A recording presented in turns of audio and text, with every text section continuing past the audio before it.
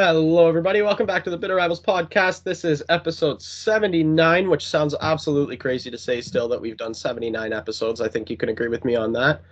Next week's going to be even crazier, right? 80.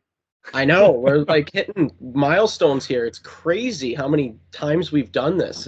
Like every week for a couple seasons now. Started in the middle of the pandemic, and we're here.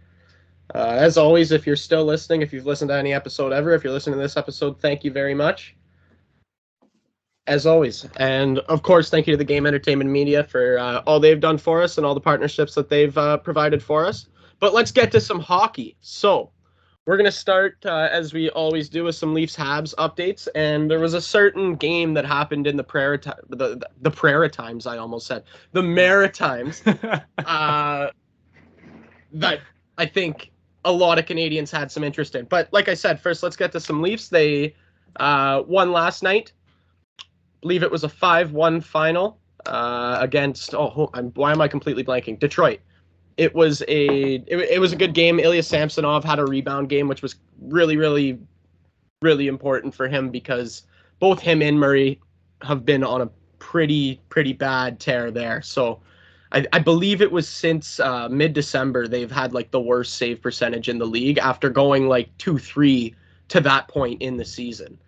In the league. So that was a significant drop off, and it coincided with the return of Morgan Rielly. So I think a lot of Leaf fans thought that was connected, that Morgan Rielly came back and made the defense worse, which I kind of reject because Morgan Rielly's like, you can't say that. Your best defenseman comes back and he's the reason why your defense sucks now? No. Yeah, Steve Dangle was actually singing that new Taylor Swift song, like the Problem song. Oh. Have you heard it? Like, you've seen the TikTok? After Morgan Rielly got an assist on Pontus Holmberg's goal last night, it was hilarious. It was hilarious. He was doing the live feed for Hockey Night in Canada, like he does the YouTube thing. YouTube. You've seen, remember when he did the Montreal ones during the pandemic when they were going on their playoff phenomenal run? Yeah, he's great. But, it was a big win after a couple pretty tough losses. Matt Murray, the game prior to that, had a tough go. Like, I don't even know what else to say about that. He just had a tough go. Like, he couldn't make a save, it seemed. He was doing all the wrong things, and that happens every once in a while. But like I said, it's been a trend for both of them. So to see at least one of them have a really, really good game and give the team a chance last night was fantastic. Couple milestones last night, too, for the Leafs? So there were actually 3 interesting milestones. A little bit of a lesser one, Alex Kerfoot's 400th NHL game. TJ Brodie's 800th career game. And the big one, obviously, is Mitch Marner's 500th point, which makes him the second fastest Leaf to 500 points behind only Austin Matthews. Yeah, who did it like the game before, didn't he? Yeah. No, I think it was a couple games. But yeah, pretty much they did it back just like they should, right? They're Batman and Robin, so. Exactly. There you go. Anyway, the NHL named its All-Stars this week as well. Leafs side was Mitch Marner. Habs side was Slick Nick Suzuki, who I don't think should be at the All-Star game, considering the firepower in this division. I mean, do we want to do this right now? Should we have the debate about should every team have representation? Because if you're, I feel like that's kind of where we're leading. Like, do we want to do this right now, or do you want to save it a little closer to the All-Star game, or what? Let's save it for next week. You have a good point. A good point. Because the fan voting is still going on right now, so a couple more guys are still coming in. So let's wait for the final rosters before we. That's fair. That's fair. But that is the representation. There's some other big names that didn't make the cut. Like Austin Matthews wasn't named to the All-Star team on the first. That's kind of crazy, isn't it? What I will say, because we don't want to do the debate right now. But what I will say is this is very weird that they only did one per team. In this like chunk of, because normally like there's one per team, but they'll go like it would be like Matthews and Marner, Hedman and Kucherov or Stamkos. Like usually there's like one per team, but a couple teams have 2 or 3 guys in there, and then they vote the rest in. So it's very weird that they went straight up just like one guy per team and the vote, and that's it. So the interesting thing for me too is there's only the 3 spots left, And one of them doesn't one of them have to be a goalie? Yeah. So it's the vote is 2 skaters and a goalie per division. So more players. It's Anyway, you're right. We'll have that debate another day. The Leafs loss to Seattle was probably their worst game of the season if we're just going to get back to Leafs Habs here. And defensively, offensively, nothing was going that night. There was another game on that was a little bit more important we'll get to later that, I'm going to be honest, after I saw the egg that the Leafs were about to lay, I just kind of turned it off and I said I'm going to go watch the other game.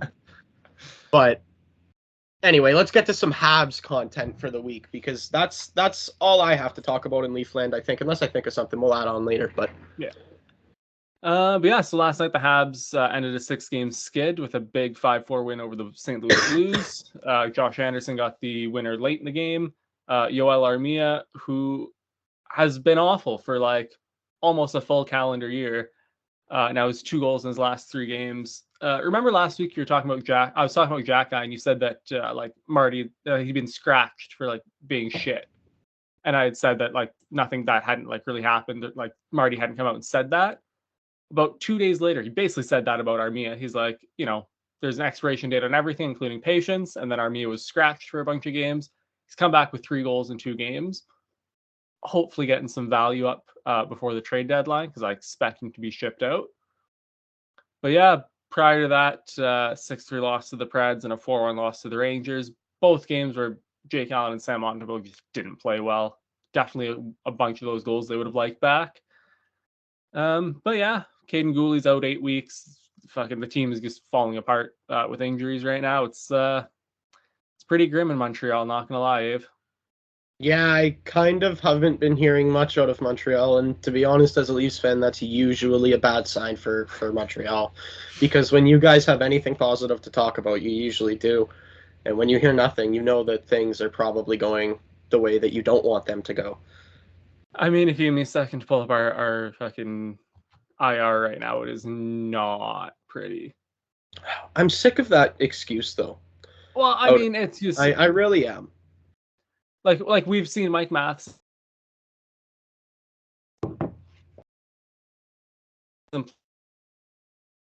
shitty. Caden Gooley, who's, like I said last week, has been our best defenseman. He's out for 8 weeks. That sucks. And Sean Monahan, who's actually been playing good hockey, but mostly is going to be just a flip at the deadline, is out, which means his value is not going anywhere, which means we're going to get nothing for him. It's not great. So how far are you from the bottom of the standings? We are, I want to say, bottom 5 for sure. Give me 1 second.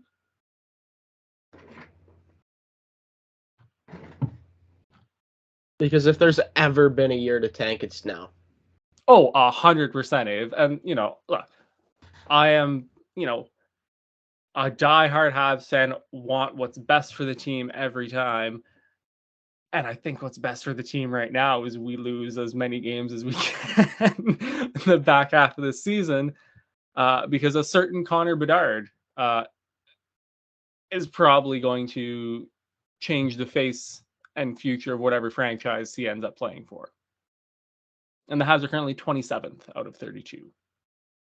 But we also have to remember that we have Florida's first round pick as well, and they've been on a slide, so we could have potentially 2 very high picks there. There you go.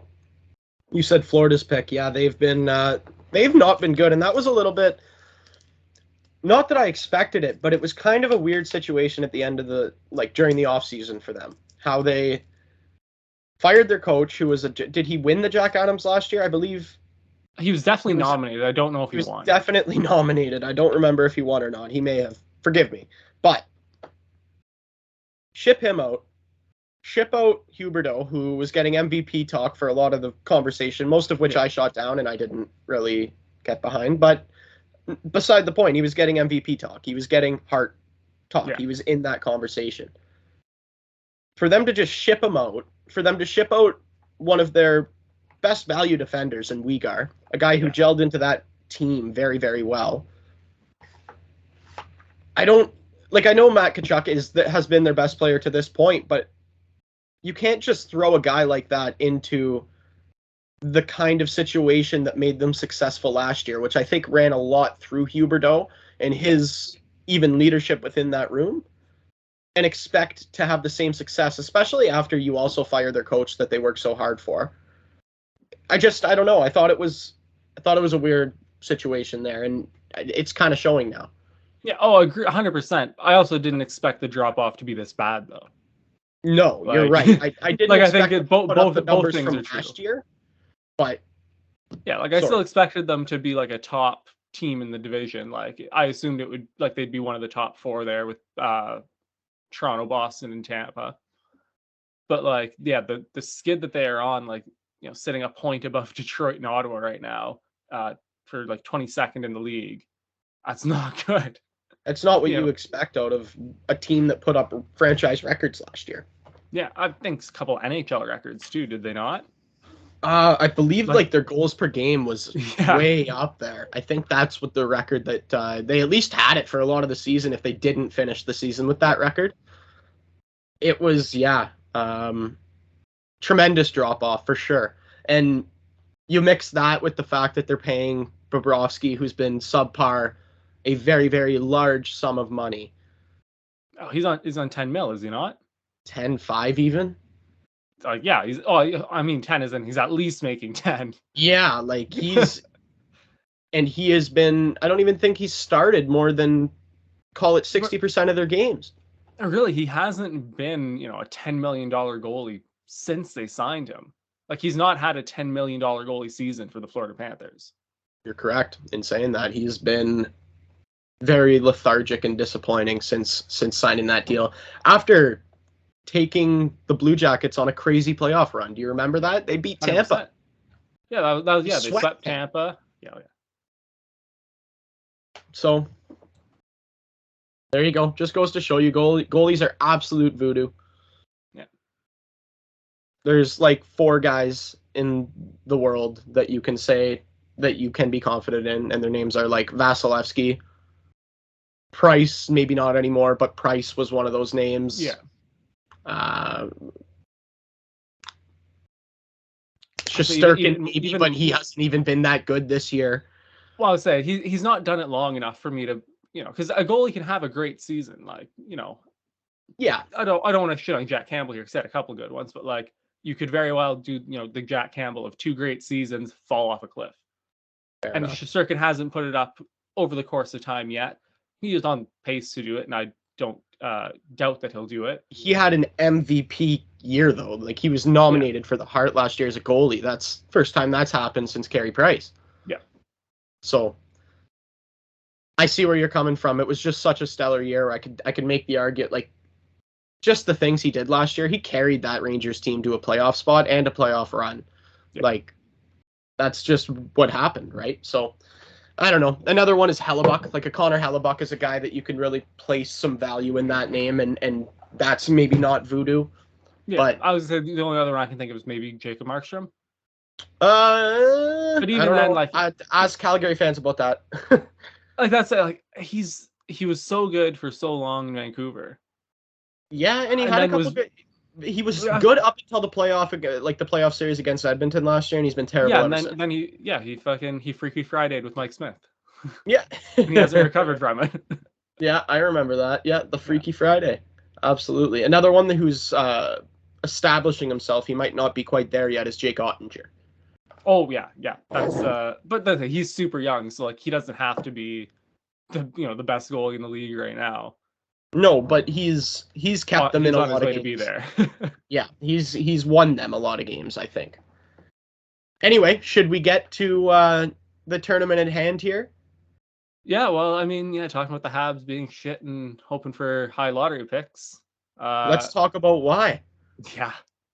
So, Connor Bedard, the 17-year-old who isn't allowed to wear a visor, rocks the Bush Bowl, though. Record numbers in a 19-year-old tournament. And didn't carry. Team Canada played very well, but for a lot of the tournament carried Team Canada to victory. And his performance by itself was unbelievable. Connor Bedard his shot, his anticipation, it's not even like the McDavid speed. It's just vision, an absolutely outrageously good shot. Like that shot could kill somebody, man. Like just the quickness with which he releases it is unreal. I've never seen that before. I want to go back to last Sunday night because we were recording during the game. Or was it Monday night? Whatever night we were recording during the game. And like, so we saw the first goal, got it, our reaction, all that. But that overtime period, he had about 6 shots, and every single one of them, as soon as it left his stick, I'm like, it's going in the net because it's hard to describe. It just looks like a goal every time he shoots the puck. It's incredible.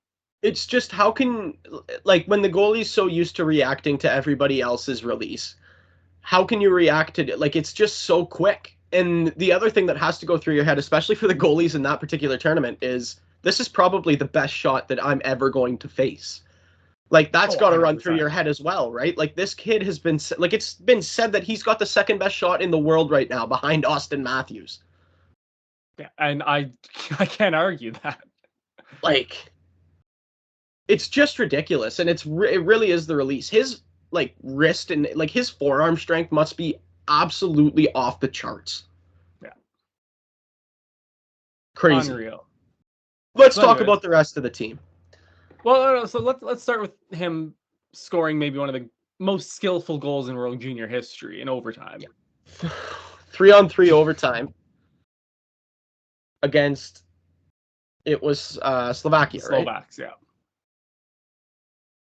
Like you said, he had so many shots on goal in that period, and just it was like he couldn't buy one. He even said after the game, I couldn't get one by, so I finally was like, I'm gonna have to do something here. Walks through all 3 Slovak defenders, each of them coming within about 2-3 inches of the puck with their sticks, actually 4, because the goaltender did the same thing. Yeah, came out with the flying poke check. He walks around all 4 of them and then just tucks it ever so neatly into the net. One of the most unbelievable individual efforts you will ever see. Yeah, like I don't think we can do it justice talking about it. Like, if you somehow have not seen that goal yet, like, first of all, how have you not? Yes. Second of all, go watch it on repeat for about an hour and you'll still be amazed by it. Like I said, one of the most incredible individual efforts that, like, in that tournament's history, like, just taking things upon yourself and saying, we're winning right now. I don't want to play anymore. I want to win right now. So I am. That is what went through his head, and he did it. And it was just so magic. Like, my reaction was like when most of the time I react like screaming loud cheers. I was just like, what? Like, as he was walking through them, I was going, what?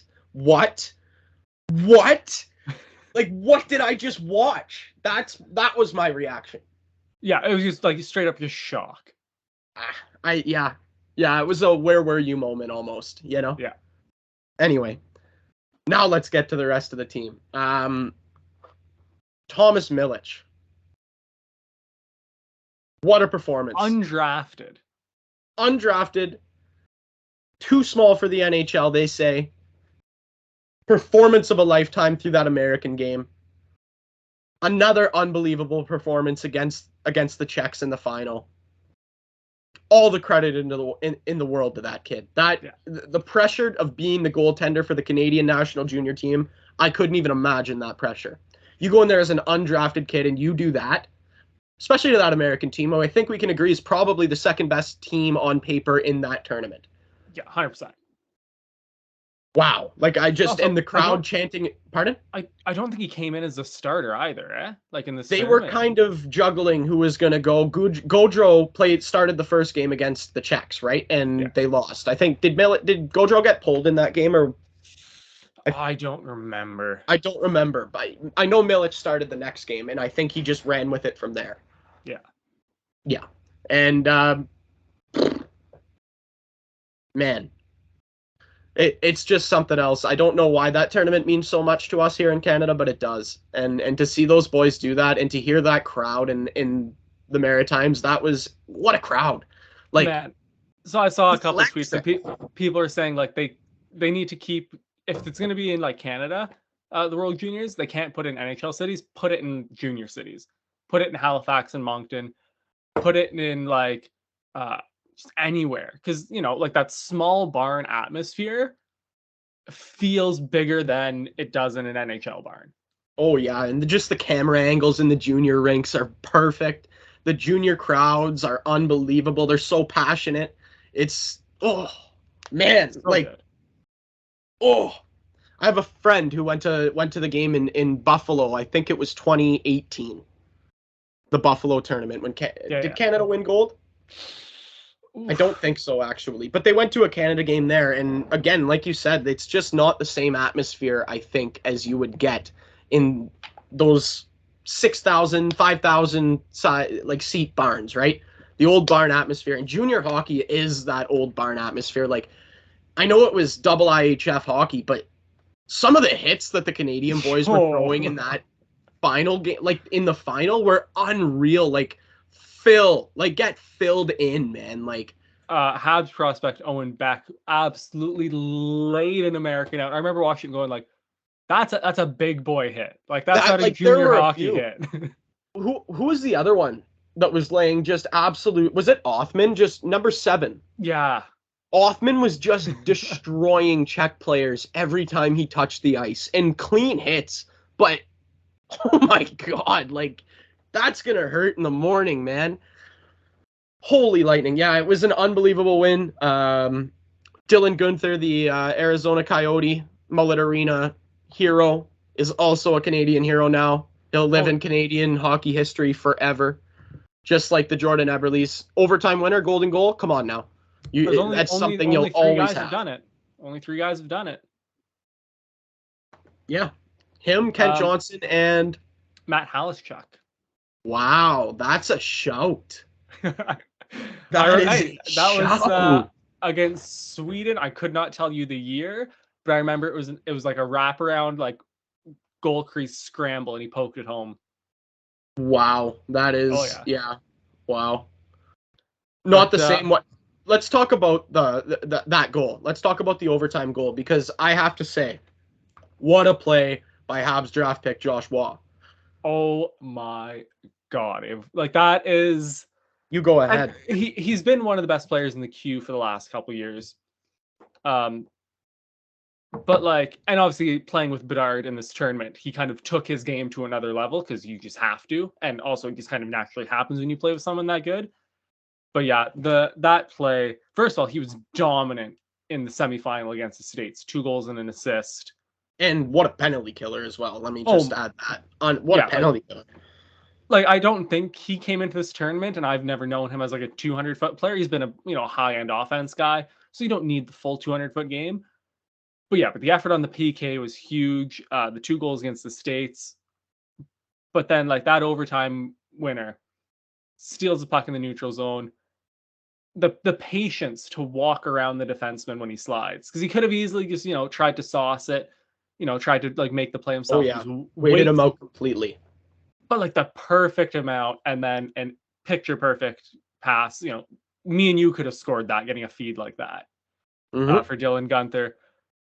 Yep. Just incredible stuff. I'm really excited. Hopefully see him playing on the Habs soon, and hopefully with Connor Bedard.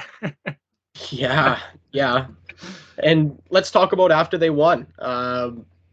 Connor Bedard, I think everybody saw it, was asked a question about him, and he made it very clear that he wasn't talking about himself. Yeah, I love that from him. Love that from him. Well, that's, you know what? That's only going to, all of the things that I've seen from that kid, like, if I were to choose anybody in the world to start a franchise with, including Connor McDavid, I'd choose him, just for his marketability over McDavid's alone.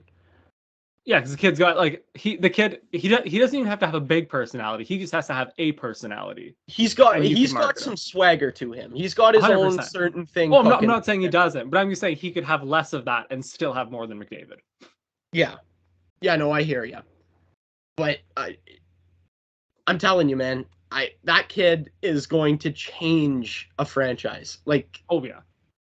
let's look at the options here. I just want to take a look and see where's he going to be? Like NHL standings. I just want to see. I'm looking at the bottom right now. Chicago's in 32nd. Followed by Columbus, Anaheim, Arizona, and San Jose to round out the top 5, or well, bottom 5, I should say. Okay.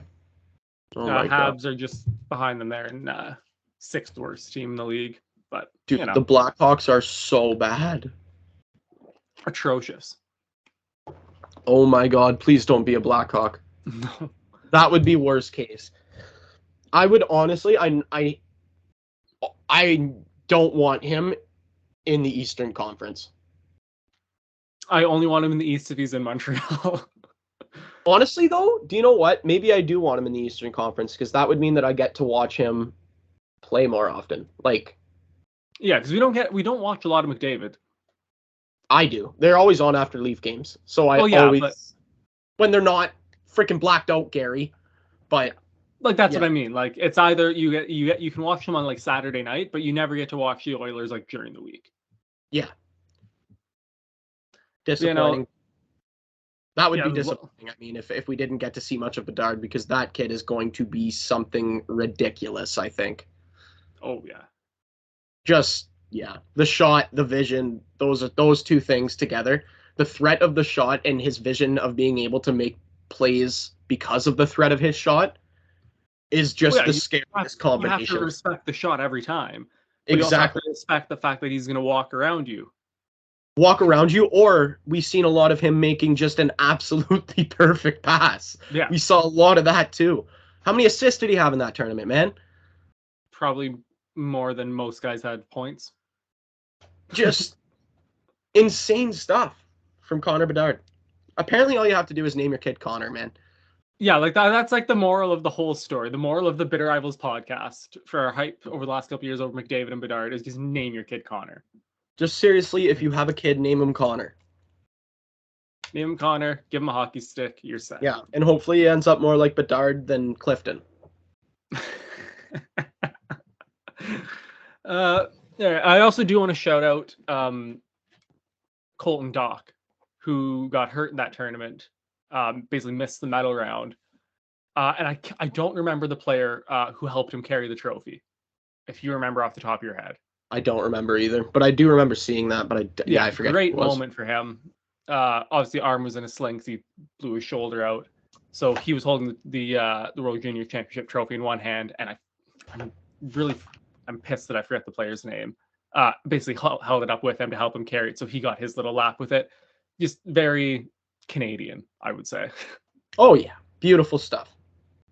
And then do we want to talk Shane Wright and his tournament and the follow-up with that? Couple other shout-outs just from the World Juniors. First one, I really love that kid Tyson Hines. He's a draft pick of the Anaheim Ducks, and I was saying to my dad, trade something for that kid right now. He played fantastic, and I really wanted to shout him out. Also, shout out to Sault Ste. Marie native Jack Mateer on his second World Junior Championship. In 5 months. In 5 months, but still a second World Junior Championship. So shout out to him as well. Now let's get to the Shane Wright stuff. Yeah. So obviously captained the team, had a good tournament. Especially near the end, kind of showed his class. I didn't think he was overly impressive in the earlier games, but definitely the semifinal and finals were great. Well, that one goal he scored, the backhand shelf, was pretty nasty stuff. Yeah. Yeah. But yeah, so follows up the tournament with a great performance, and then is immediately, or almost immediately, assigned back to junior. So his NHL season is done. Can't get called up again. And he's not been traded as of recording, right? I do not believe the trade has been made yet. No. Yeah. But the expectation is that Kingston is going to trade him to a contender. So he's going to push for a Memorial Cup. Interesting trajectory, I would say, so far for him. Well, like you mentioned to me, is the big reason for that, and honestly, I believe on this show before, I've even called for him to get sent back down to junior because they weren't utilizing him in the NHL properly. And it's no fault of the Kraken. They are actually in a contending position right now, and they don't really have a spot for him to develop on the NHL team. They're not going to burn a year of his ELC in the AHL. So well, he can't go real... to the AHL. He can only go on conditioning stints to the A. So there you go. I didn't even know that. So there you go. Yeah, so your only option for development in this case, for this kid to not miss out on another year of development, because remember, he also missed out during the COVID-19 pandemic when the OHL season was canceled. So he can't be missing out on more development time. He needs to go back to the OHL because that's the only option.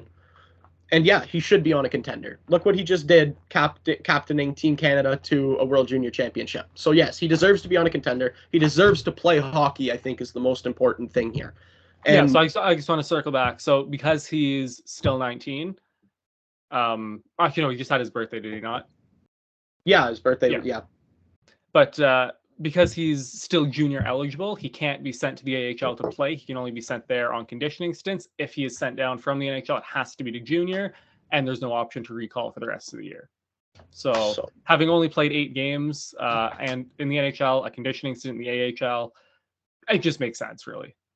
Yeah, and like I said, the most important thing is that he is getting meaningful hockey to develop, right? So if he's not going to play in the NHL, you have to do that. That's your only other option.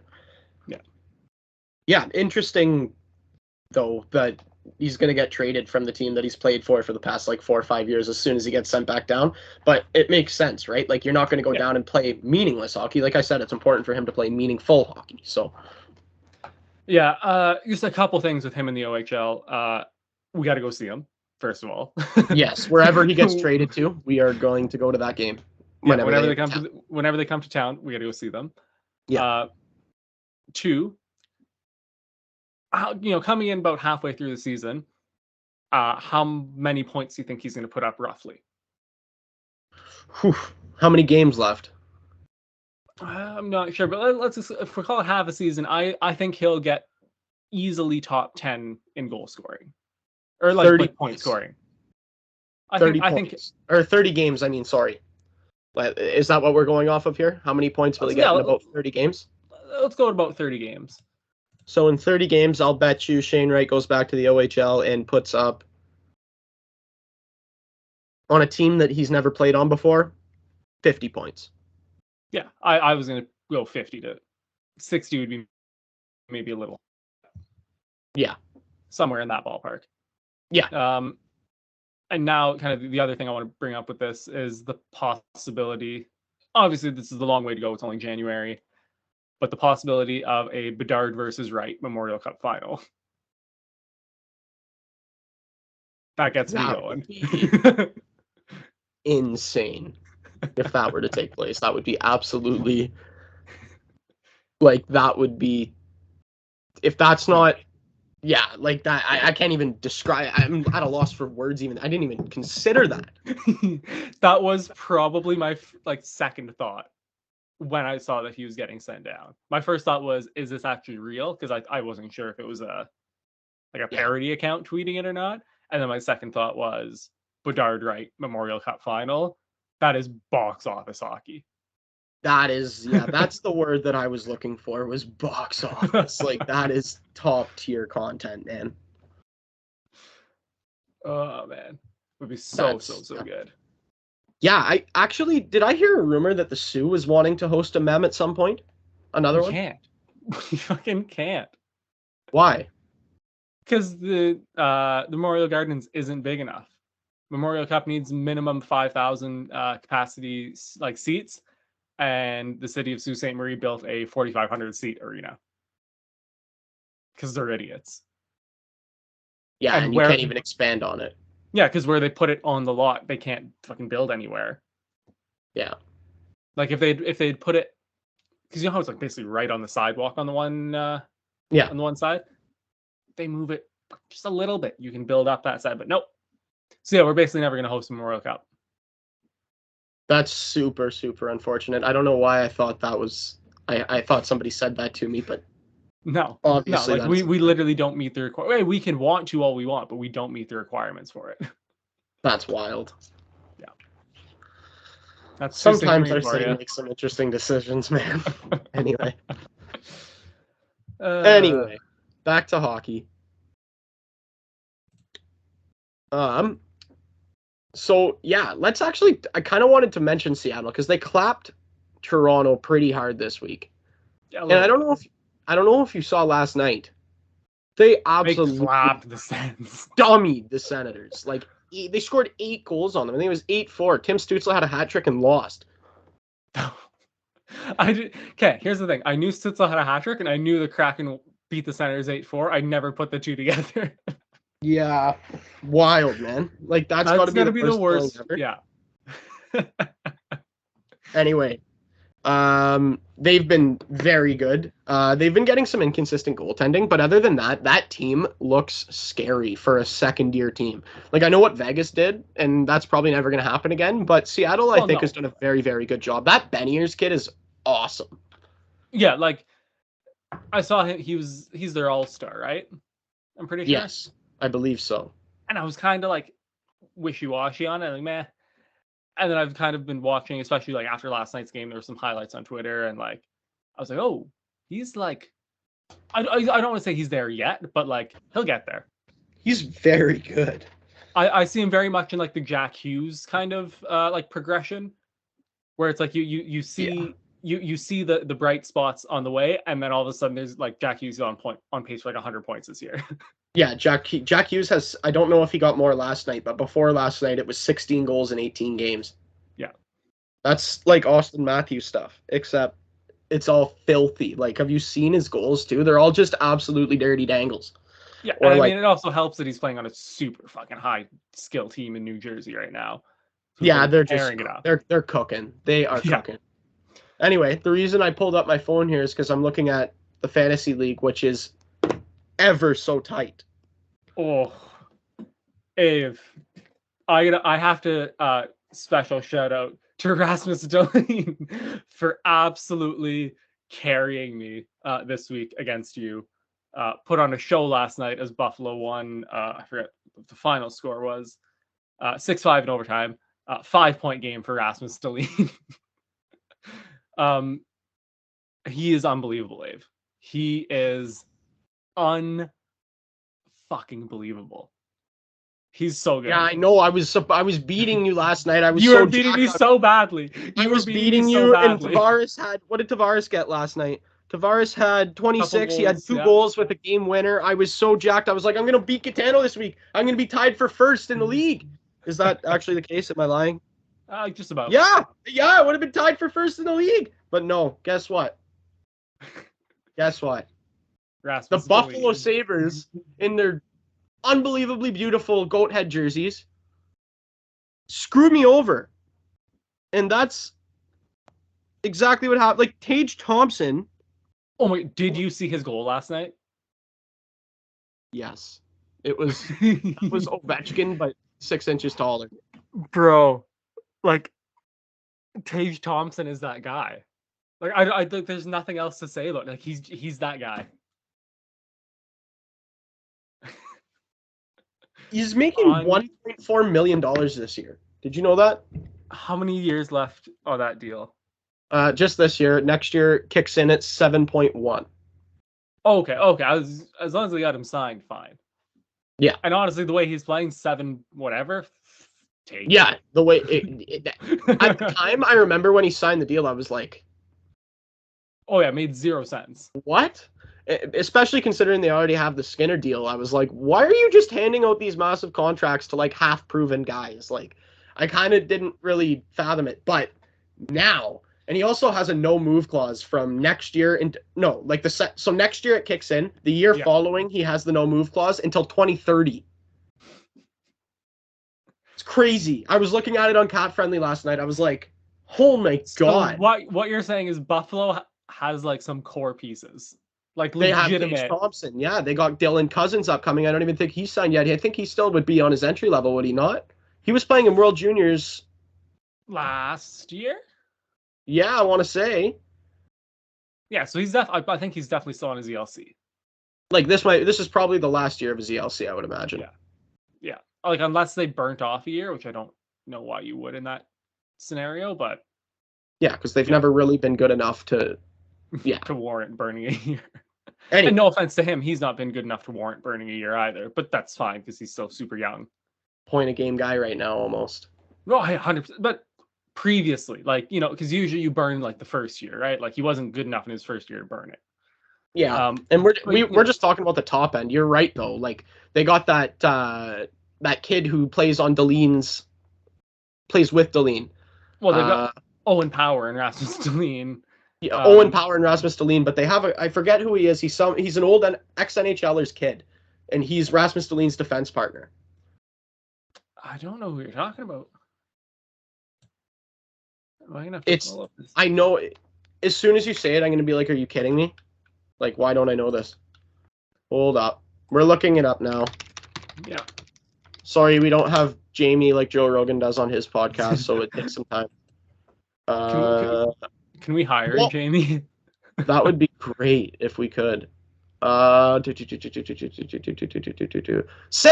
It's Ulf Samuelsson's son. Yes. I think it's actually his nephew, but Mattias Samuelsson. Yes. There. Yeah, sorry. We had to do that. We had to do that. Anyway. Yeah, because that was going to bother us all day. Yeah, exactly. That kid, they just signed to a contract locked up. He's a defensive juggernaut, supposedly. I don't watch much Buffalo Sabres, but yeah. Anyway. And so in net, they also have, isn't Ukko-Pekka Luukkonen supposed to be like pretty good? Like not yet, but he's projected to be pretty good. Yeah, I believe also, that's the case. One of the best names in the NHL right now. All name team for sure. Yeah, it should have been on the U.S. national junior team with that name because they had some absolute beauties. We've talked about it at length. The Chaz Luciuses and the Red Savages. Jimmy Snugarud was fantastic. Like just some absolutely crazy names. I still think Ukko-Pekka Luukkonen is better than all of them, though. Ukko-Pekka Luukkonen. It sounds like a poem or a song, like in a different language. Anyway, we're pushing the boundaries here. We should probably get moving on. What are the Habs coming up? Have coming up this week? It is just loading up right now, but so we had a bit of a home stretch here because we just played 6 or 7 on the road there. Yeah, so we've got the Kraken tomorrow night, the Predators Thursday night, and then we are in Long Island to play the Islanders on Saturday night. Okay, so the Leafs played today at 7 against the Flyers in Philadelphia. We play the Predators Wednesday. You said you had them Thursday? Yeah. Back-to-backs, just like we always talk about. Always happens. We always play the same teams. It's a road trip. We play the Wings again, this time in Detroit on Thursday. I should have went to that game. And then on Saturday night, we are in Boston. Oof. So I have 4 games to look forward to this week, which is obviously very exciting stuff, especially after having won last night. So yeah, I'm very excited for this week in Leafs hockey. Also, special shout out, go Seahawks, win your game, and go Lions too. Let's go Lions, baby. Need the Lions to do you a favor? I really need the Lions to do me a favor, even though we're gonna ruin their playoff chances. Is that I'm a Packers fan, so I hope the Lions don't do you a favor. Let's go Lions! All right. Yeah. Anything else to get off your chest? Yeah. I just want to shout out one more thing, and that is Damar Hamlin of the Buffalo Bills. Yes. And also, like the NFL doesn't get a lot of credit for a lot of things, so I think it's deserved. That medical staff saved that man's life. Oh, like legitimate superheroes, Dave. Like that's like not like I tend to exaggerate a lot on this show. Like I am being deadly serious. Those first responders, legitimate superheroes. Unbelievable stuff from them. The NFL to have them there. I was watching ESPN and there was a heart surgeon on there. I forget her name, so forgive me for that. But she said there was only 2 places that could have happened to him and he would have survived. Hospital or the an NFL football field. Yeah. So props to all the medical staff, and fantastic to see him. He's communicating. He's breathing by himself now after the heart attack. I still don't know what caused it. Doesn't matter. He's alive. And the Bills play in an hour, and I cannot wait to see that football game. Like, that's are going they to in be Buffalo? an electric factory in Buffalo. Oh, that's gonna be Yeah. That's going to be an electric factory. So yeah, that's my last thing I wanted to get off my chest was props to DeMar Hamlin. Props to Bills fans and actually NFL fans too, because he had a toy drive that he does for a family member for charity, and he had a goal of $2,500. Last I checked, it was up over 8 million. So props to everybody who donated to that, and yeah, props to the medical staff, everybody involved, and props to DeMar Hamlin, man. That guy won the game of life. So yeah, that's the last thing I had to get off my chest. Thanks to the Game Entertainment and Media for hosting us on their platform.